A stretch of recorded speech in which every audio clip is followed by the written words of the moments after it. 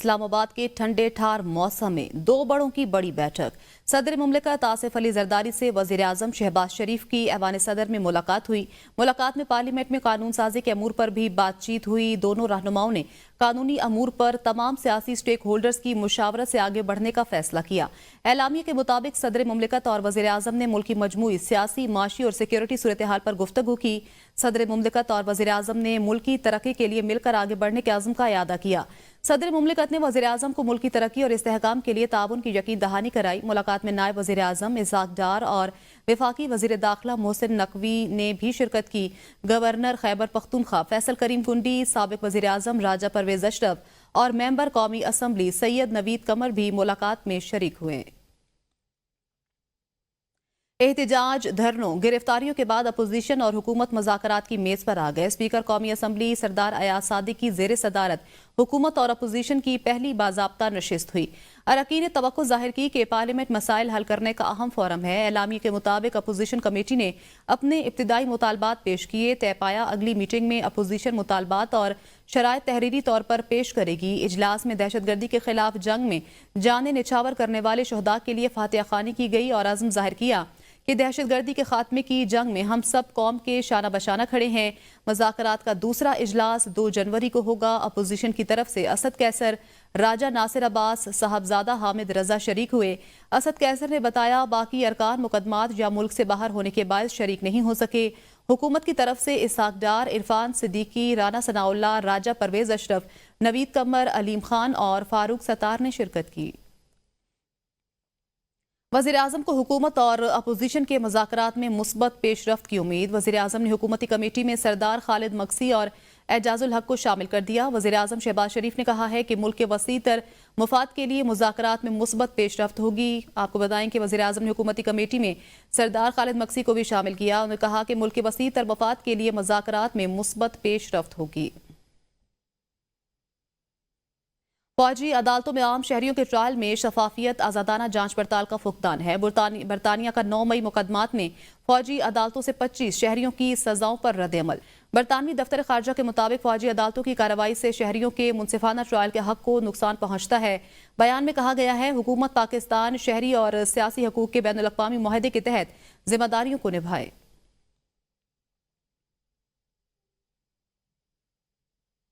مسلم league نون کے رہنما عرفان صدیقی نے کہا آئین اور قانون کی حدود کے اندر رہتے ہوئے ہم کیا کر سکتے ہیں وہ ضرور کریں گے۔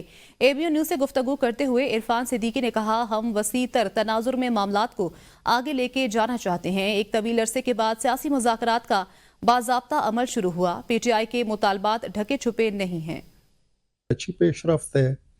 ایک طویل عرصے کے بعد ایک سیاسی مذاکرات کا باضابطہ عمل شروع ہوا ہے۔ دونوں طرف سے اچھے جذبات کا اظہار کیا گیا۔ یہ جو انہوں نے کہا ہے ظاہر ہے یہ ان کی ڈیمانڈ کوئی ڈکی چھپی نہیں ہے، وہ باہر بھی کر رہے ہیں، میڈیا پہ بھی کہہ رہے ہیں اور کمیٹی کے اندر بھی انہوں نے ان چیزوں کا تذکرہ کیا ہے، جس پہ کمیٹی کا رد عمل یہ تھا جی کہ جو بھی آپ کی ڈیمانڈز ہیں اور شرائط ہیں وہ باضابطہ طور پر، تحریری طور پر، ایک چارٹر کے طور پر، ایک چارٹر آف ڈیمانڈ کے طور پر لے کے آئیں کمیٹی کے سامنے۔ ہم ایک وسیع تر تناظر میں معاملات کو آگے لے کے جانا چاہتے ہیں اور جس حد تک حکومت کسی کو اپوزیشن کو فیسیلیٹیٹ کر سکتی ہے، رعایت دے سکتی ہے، وہ ضرور دیکھا جائے گا۔ آئین اور قانون کی حدود کے اندر رہتے ہوئے ہم کیا کر سکتے ہیں وہ ضرور کریں گے۔ قومی اسمبلی میں اپوزیشن لیڈر عمر ایوب نے کہا ہے کہ حکومت جیسی بھی ہے مذاکرات ان سے ہی کرنے ہیں۔ ہمارا مطالبہ ہے PTI کے تمام اسیران کو رہا، جبکہ 9 مئی اور 26 نومبر پر جوڈیشل کمیشن بنایا جائے۔ اس وقت تک استحکام نہیں آئے گا جب تک ملک میں انصاف نہیں ہوگا۔ علی امین گنڈپور معاملات اچھے طریقے سے سنبھال رہے ہیں، انہیں ہٹانے کی بات بے بنیاد ہے۔ پارٹی میں کسی قسم کے اختلافات نہیں۔ انہوں نے مزید کہا کہ فوجی عدالت کے فیصلے کی مذمت کرتا ہوں، اس کے خلاف عدالت جائیں گے۔ مذاکراتی ٹیم بنانی ہے اور ہم نے اناؤنس کی، بلکہ اسی دن شام کو مجھے اریسٹ کر دیا گیا تھا اللیگل کنفائنمنٹ میں اور کنٹمپٹ آف کورٹ بھی پولیس پہ لگی ہے۔ اس پہ جو ہمارے ساتھی اس وقت اسیران ہیں، باقی اسیران، ان کی فل فور آزادی۔ ہمارے جو 9 مئی کا کمیشن ہونا چاہیے کہ وہ CCTV فوٹیج سامنے آنی چاہیے۔ ہماری 26 نومبر 2024 میں جو سانحہ ہوا ہے ڈی چوک، اس کا کمیشن ہونا چاہیے۔ پاکستان میں تب تک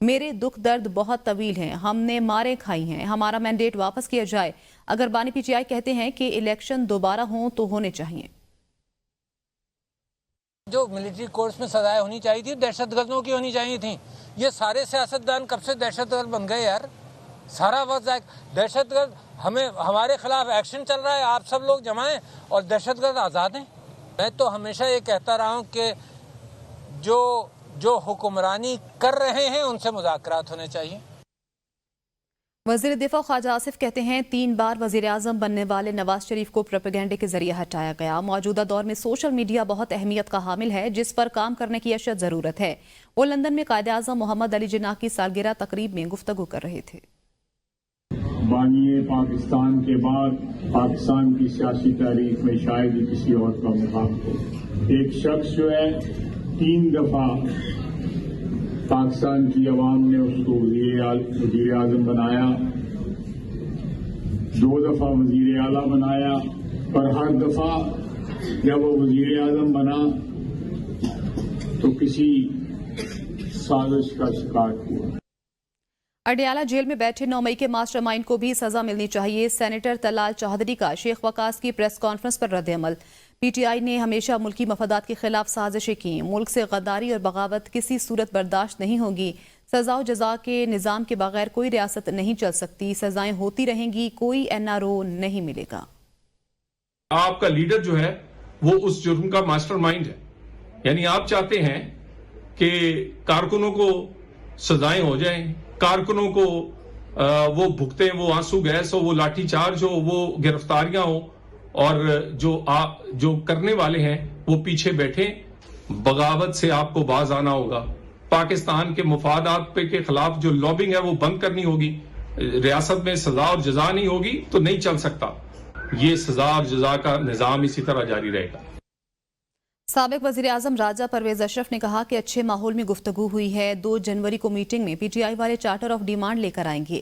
وہ تحریری طور پر کمیٹی کے سامنے رکھیں گے کہ ان کی کیا ڈیمانڈ ہے، وہ کیا چاہتے ہیں۔ جیلوں میں قید ورکرز کے حوالے سے بھی ہم نے بات کی۔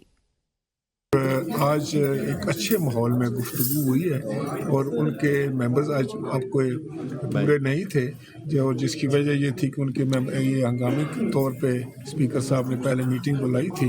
اب 2 تاریخ کو جو میٹنگ ہونی جا رہی ہے اس میں جو اپوزیشن والے ہیں، پی ٹی آئی والے ہیں، وہ اپنے چارٹر آف ڈیمانڈ لے کر آئیں گے۔ تحریری طور پر وہ کمیٹی کے سامنے رکھیں گے کہ ان کی کیا ڈیمانڈ ہے، وہ کیا چاہتے ہیں، اس پہ پھر گفتگو۔ یہ خوش آئند بات ہے کہ جو پالیٹکس میں، سیاست میں جتنے بھی آپ کے آپس میں جو ہے وہ پوائنٹ آف ویو مختلف ہوں، آپس میں آپ کی جو ہے وہ 2 رائے ہو سکتی ہیں، اپنی اپنی رائے ہو سکتی ہے، لیکن ملکی مفاد میں ڈائیلاگ ہی کیا جاتا ہے۔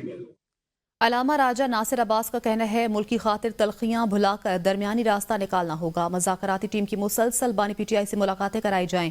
9 مئی اور 26 نومبر کے واقعات پر جوڈیشل کمیشن بنانا جائز مطالبہ ہے۔ محمد علی درانی نے کہا ہے بانی پی ٹی آئی کی رہائی مذاکرات کی کامیابی کے لیے ضروری ہے۔ سیاسی قیدیوں کو زیادہ دیر تک اندر نہیں رکھا جا سکتا۔ وزیر اعظم کو خود بانی پی ٹی آئی کے پاس جا کر بات کرنی چاہیے۔ حکومت کو مذاکرات کے عمل میں سنجیدگی دکھانی چاہیے۔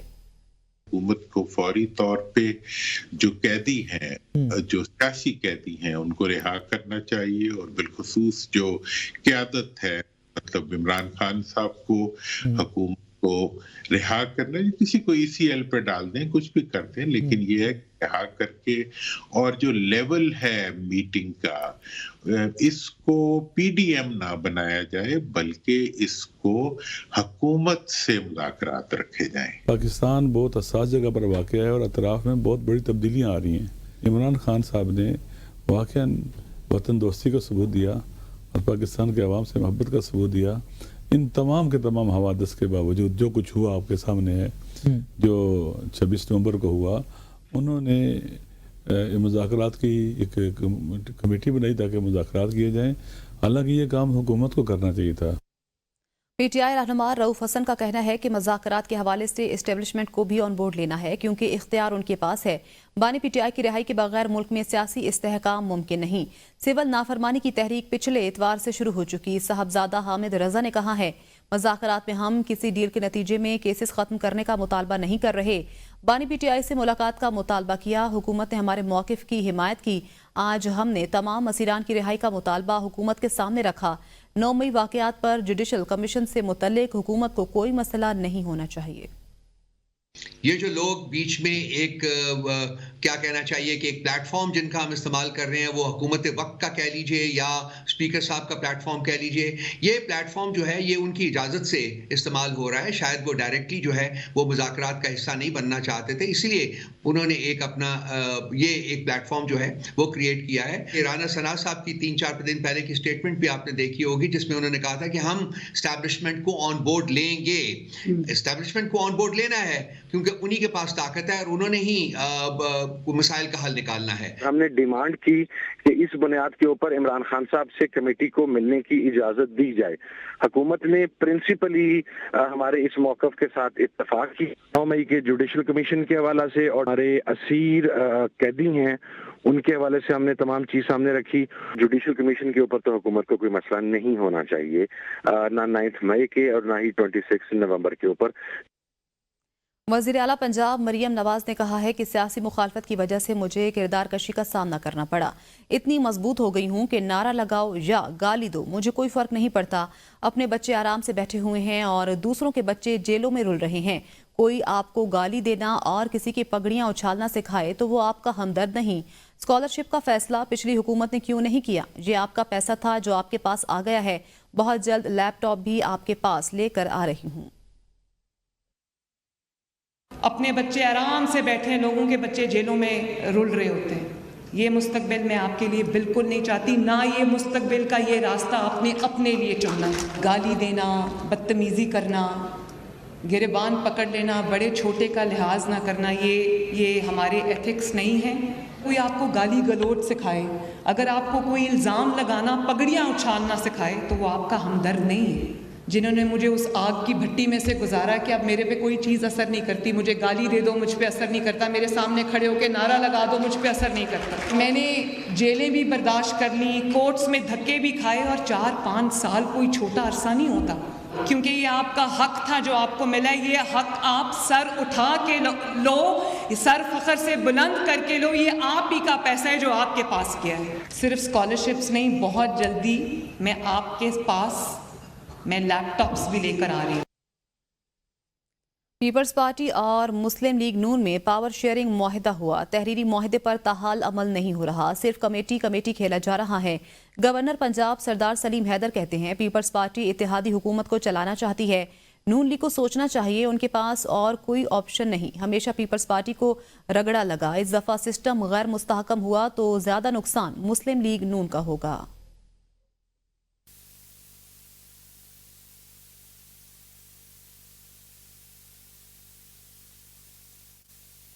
چاہیے، ان کے پاس اور کوئی آپشن نہیں ہے۔ گورنر پنجاب سردار سلیم نے کہا اس دفعہ سسٹم غیر مستحکم ہوا تو نقصان مسلم لیگ نون کا ہوگا۔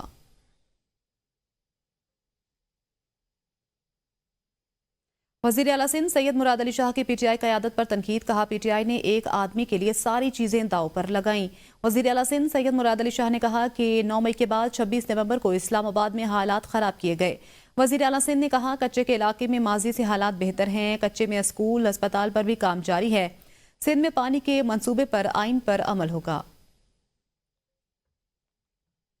احتساب عدالت اسلام آباد نے 190 ملین پاؤنڈ ریفرنس کے فیصلے کے لیے نئی تاریخ مقرر کر دی۔ بانی پی ٹی آئی اور ان کی اہلیہ بشرا بی بی کے خلاف 190 ملین پاؤنڈ ریفرنس کا فیصلہ 6 جنوری کو سنایا جائے گا۔ احتساب عدالت کے جج ناصر جاوید رانا نے دلائل سننے کے بعد 18 دسمبر کو سینٹرل جیل اڈیالہ میں فیصلہ محفوظ کیا تھا۔ 190 ملین پاؤنڈ کیس کا 18 دسمبر کو محفوظ کیے جانے والا فیصلہ 23 دسمبر کو سنایا جانا تھا، جو مؤخر کر دیا گیا اور اب 6 جنوری کو سنایا جائے گا۔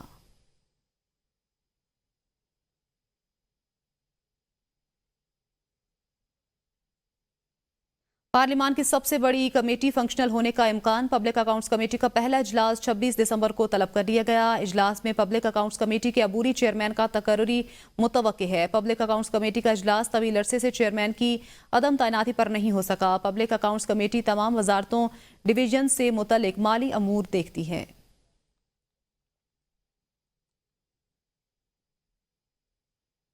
پیر محمد منہاس میموریل کے زیر انتظام ایجوکیشن ایوارڈ کی تقریب. منہاس برادری سے تعلق رکھنے والے طلباء و طالبات میں شیلڈ اور اسناد تقسیم کیے گئے.